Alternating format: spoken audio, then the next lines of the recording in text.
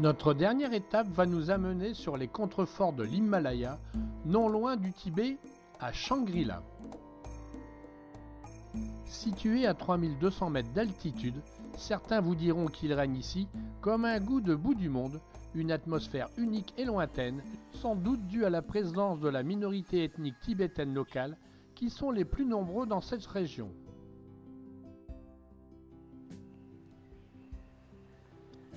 Comme dans toutes les villes que nous avons visitées en Chine, il y a la vieille ville et la ville moderne. Et dans la ville moderne, c'est comme partout dans le monde, ça bouchonne.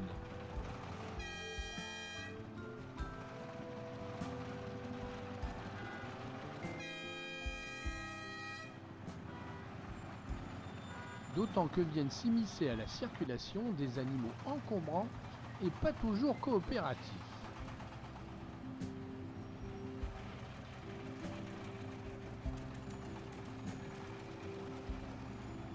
À Shangri-La plus qu'ailleurs, on notera la grande différence de la Chine nouvelle avec ses 4x4 Mercedes, ses Porsche Cayenne ou bien encore ses japonaises de haut de gamme et la Chine rurale vivant encore presque au Moyen-Âge. Nous choisirons pour nos loger un hôtel de bon niveau dans la ville ancienne avec condition sine qua non de l'eau chaude, car ça n'avait pas été le cas la veille. Et comme nous sommes encore un peu plus au nord et un peu plus haut qu'hier, nous allons donc avoir encore un peu plus froid. Sitôt rentré dans la vieille ville, l'influence tibétaine est flagrante. Des ruelles pavoisées bordées de maisons de bois ancestrales, des chasse-mouches en poil de yak, des moulins à prière, tout nous fait penser au Tibet.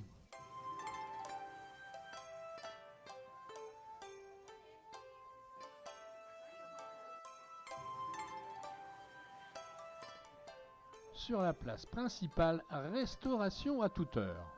Brochettes de légumes, de poulet, de yak mariné ou pas, pimenté ou pas, il suffira de demander. En fin de journée, on pourra même se délecter d'une bonne tasse de lait chaud de yak, sucré au miel de pays.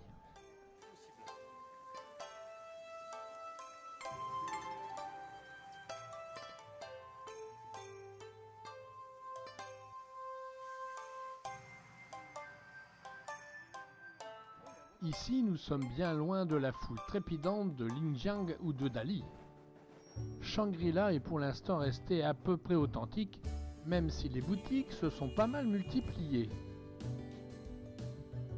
Il semblerait que les touristes qui viennent ici soient surtout des Occidentaux, attirés qu'ils sont par le nom de Shangri-La, qui est un lieu imaginaire, un monde idéal, une sorte de paradis perdu, imaginé dans les années 30 par James Hilton dans son roman Les Horizons perdus, qui décrivait comme paradisiaque une région du sud-ouest de la Chine où les habitants vivaient en harmonie parfaite avec la nature somptueuse qui les entourait.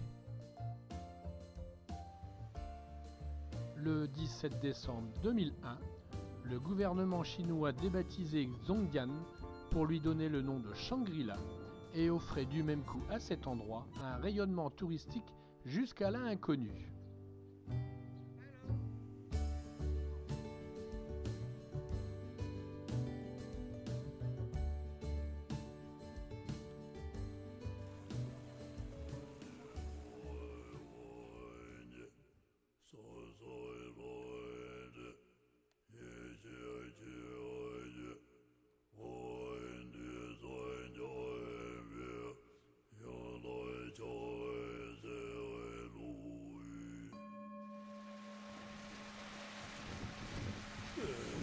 Édifié au sommet d'une petite colline et dominant la place du monastère, le temple d'Aguichang. C'est le monument le plus important de la vieille ville. C'est par un raid d'escalier où flottent les drapeaux à prière que l'on accède à sa terrasse.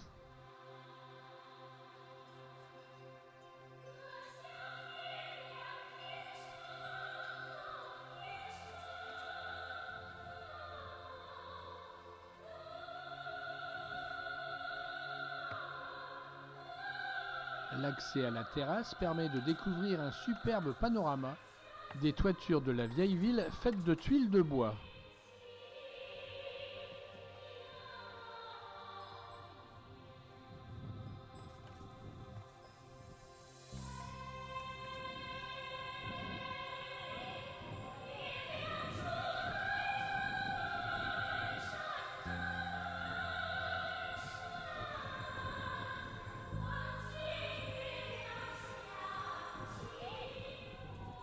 Le temple de Daguishang s'enorgueillit d'avoir le plus grand moulin à prière du monde.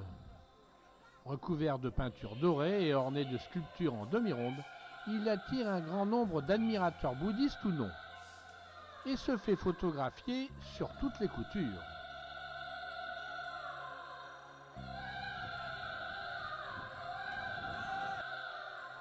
S'il est le plus grand, il est aussi le plus lourd. Les efforts conjugués d'une trentaine de personnes suffisent à peine à le faire tourner.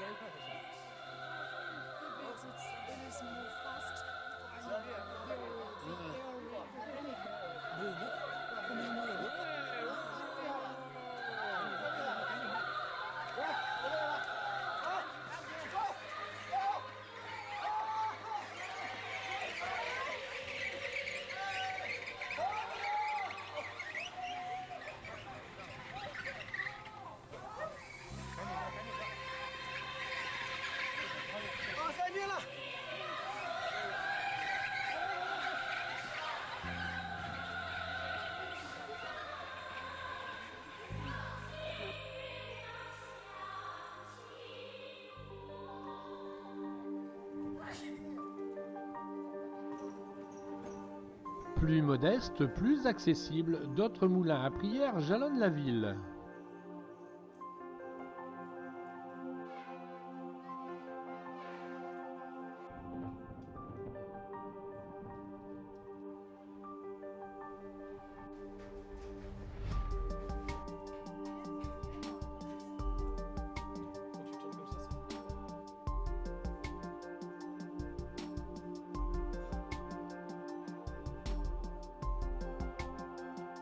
L'art contemporain fait semble-t-il bon ménage avec l'architecture traditionnelle, des maisons anciennes aux devantures de bois finement sculptées, des maisons parfois vieilles d'un millénaire.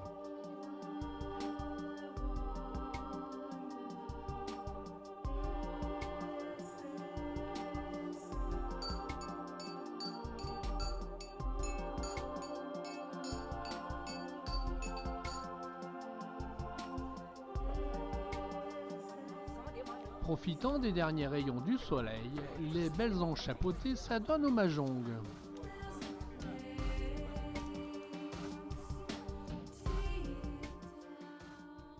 Situé à 5 km du centre de Shangri-La, l'objectif du jour sera le monastère de Songshangling.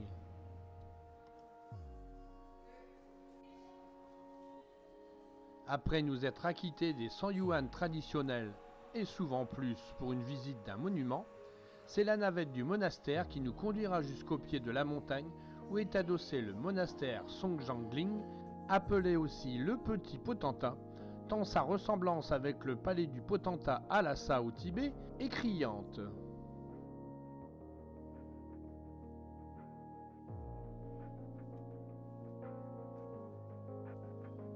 Cette lamasserie est constituée de maisons basses abritant plus de 500 moines, surmontées de temples aux couleurs rouges et jaunes, dont le style architectural rappelle celui des bâtiments du Tibet, avec leurs toits dorés qui scintillent à la lumière du soleil.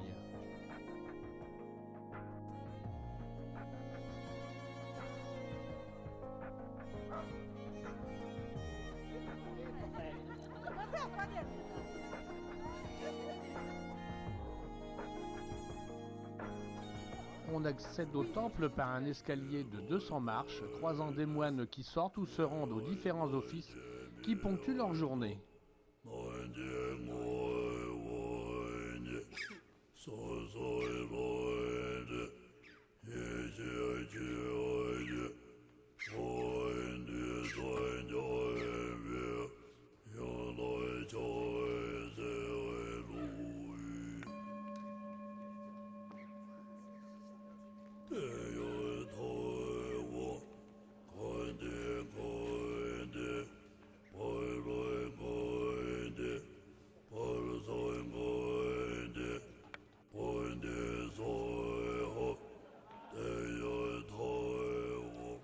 Attendant l'heure de l'office, les moines se chauffent au soleil.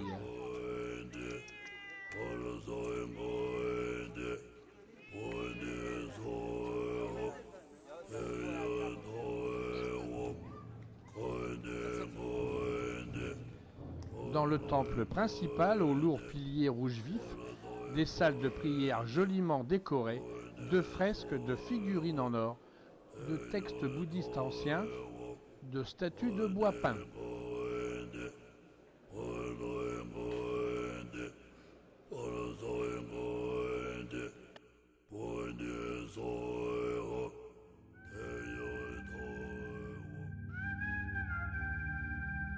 Tout autour du monastère, des chemins pierreux et abrupts peuvent vous conduire vers des stupas enrubannés de drapeaux de prière multicolores.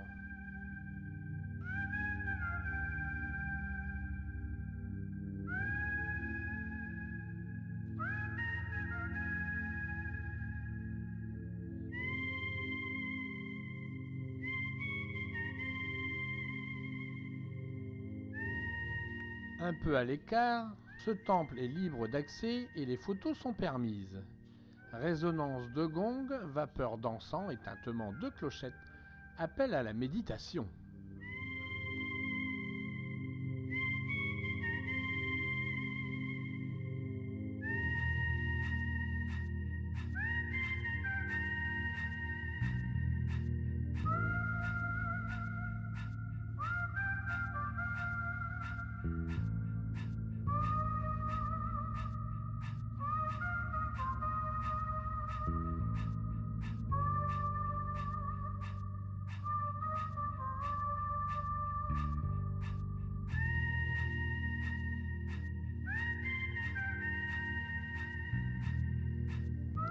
Nous quitterons Zhongzhanling après un dernier regard sur la campagne environnante, certains d'avoir admiré ici le monument le plus remarquable de la région, qui nous donne l'impression d'une excursion au Tibet, alors que nous n'avons jamais quitté la Chine.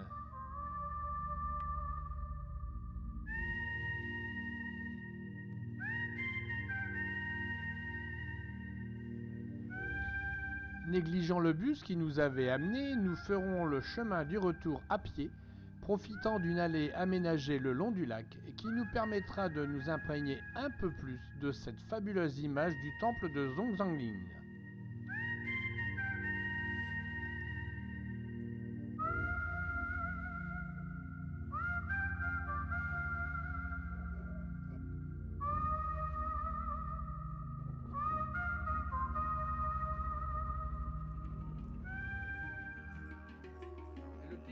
De retour à Shangri-La, nous nous rendons compte qu'en notre absence, on a tué le cochon.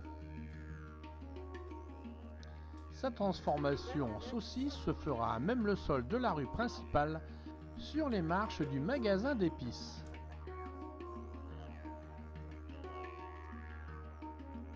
Quand vient la nuit, Shangri-La s'illumine de mille feux, mettant en valeur les vieilles maisons au bois sculpté, ainsi que les différents temples et monuments de la ville.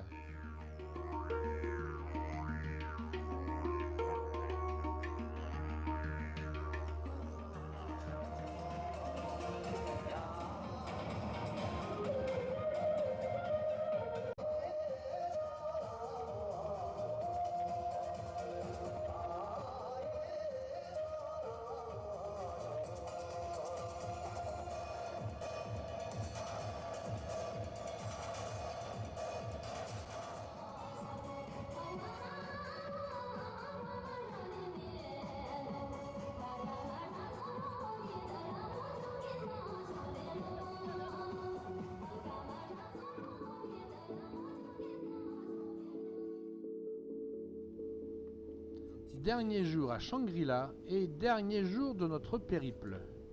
Mr. Chang, le chauffeur de notre 4x4, nous a promis monts et merveilles pour la journée. Au programme, le Yunnan profond. Ses fermes, ses yaks, ses lacs, ses sommets himalayens. Un programme bien alléchant, peut-être un peu trop présomptueux.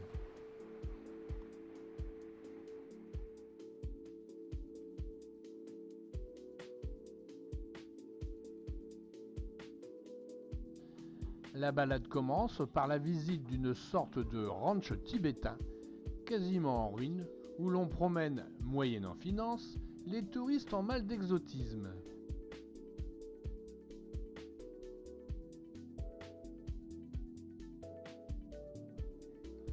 Une longue plaine avec quelques moutons, ce n'est pas franchement ça l'exotisme.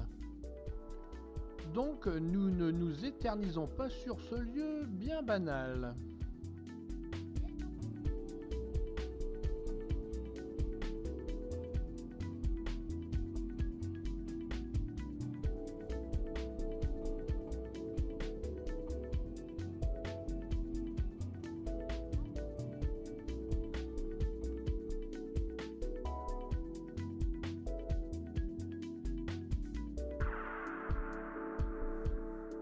Nous sommes à la fin de la saison sèche et ce lac, qui peut mesurer jusqu'à 30 km de long, n'est en ce moment qu'au tiers de sa superficie maximale.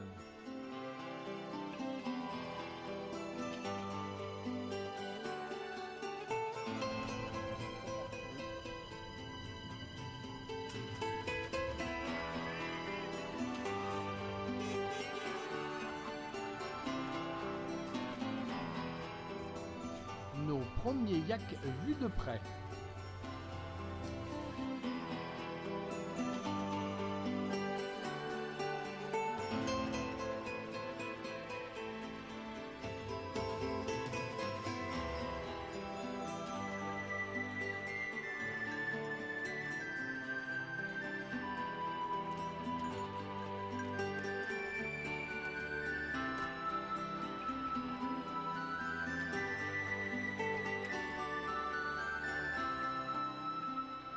Le foin coupé l'été est ici séché sur de grands râteliers de bois.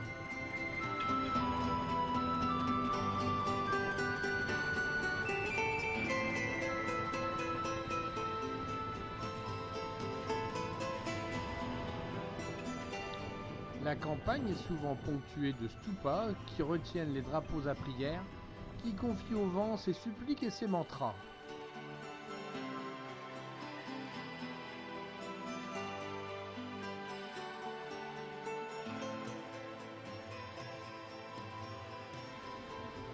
Nous empruntons maintenant la route censée nous conduire vers des sommets himalayens. Mr. Chen, le bougre, avait omis de nous dire que l'ascension aux sommets enneigés n'était pas comprise dans son forfait. Et le prix pour y grimper était prohibitif. Nous rentrons donc en ville, pas très satisfaits de cette dernière journée à Shangri-La.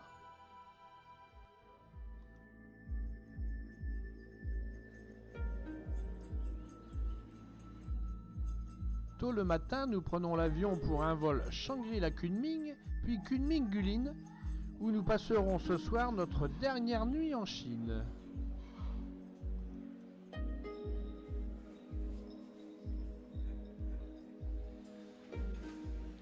À Kunming, la boucle est bouclée, puisque c'était notre ville de départ. On retrouve ici le climat et l'ambiance du sud. Sur les berges ombragées de la rivière Li, on retrouve le tai chi matinal.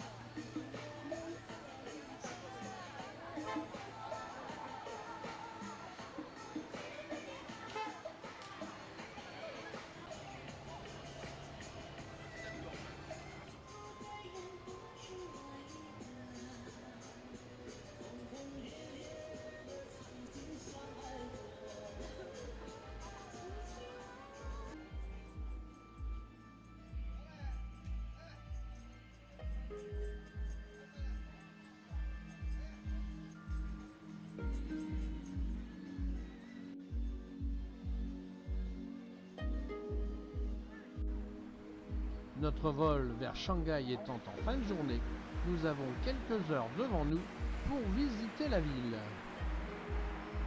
Enfin, notre quartier, Guilin frôlant presque le million d'habitants.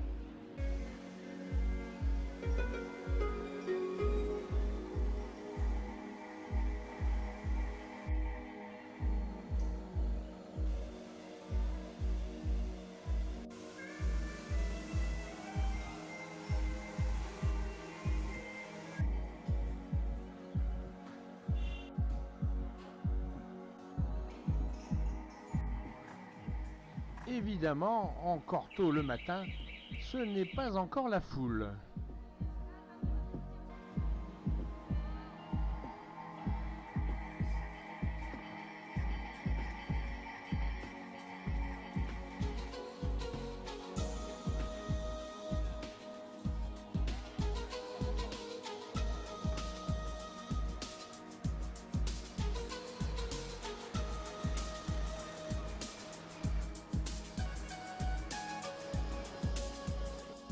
Nos derniers yuan seront consacrés à la visite du parc de la beauté solitaire. Un pic à gravir au milieu de cette ancienne résidence de Jingjilang, des souverains locaux qui ont régné sur la région à partir du XIVe siècle, et nous voici au beau milieu de petits temples confucéens.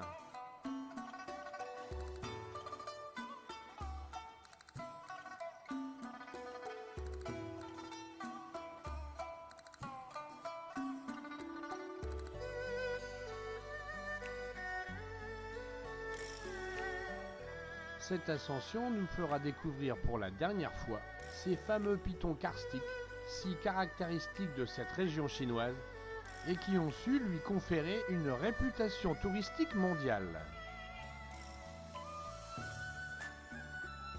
Ici s'achève notre périple chinois, 3 semaines d'immersion dans un monde bien éloigné de notre civilisation occidentale, 3 semaines de découverte, de dépaysement, de ravissement des yeux mais aussi de l'estomac, même si la nourriture chinoise peut paraître parfois insolite, voire improbable.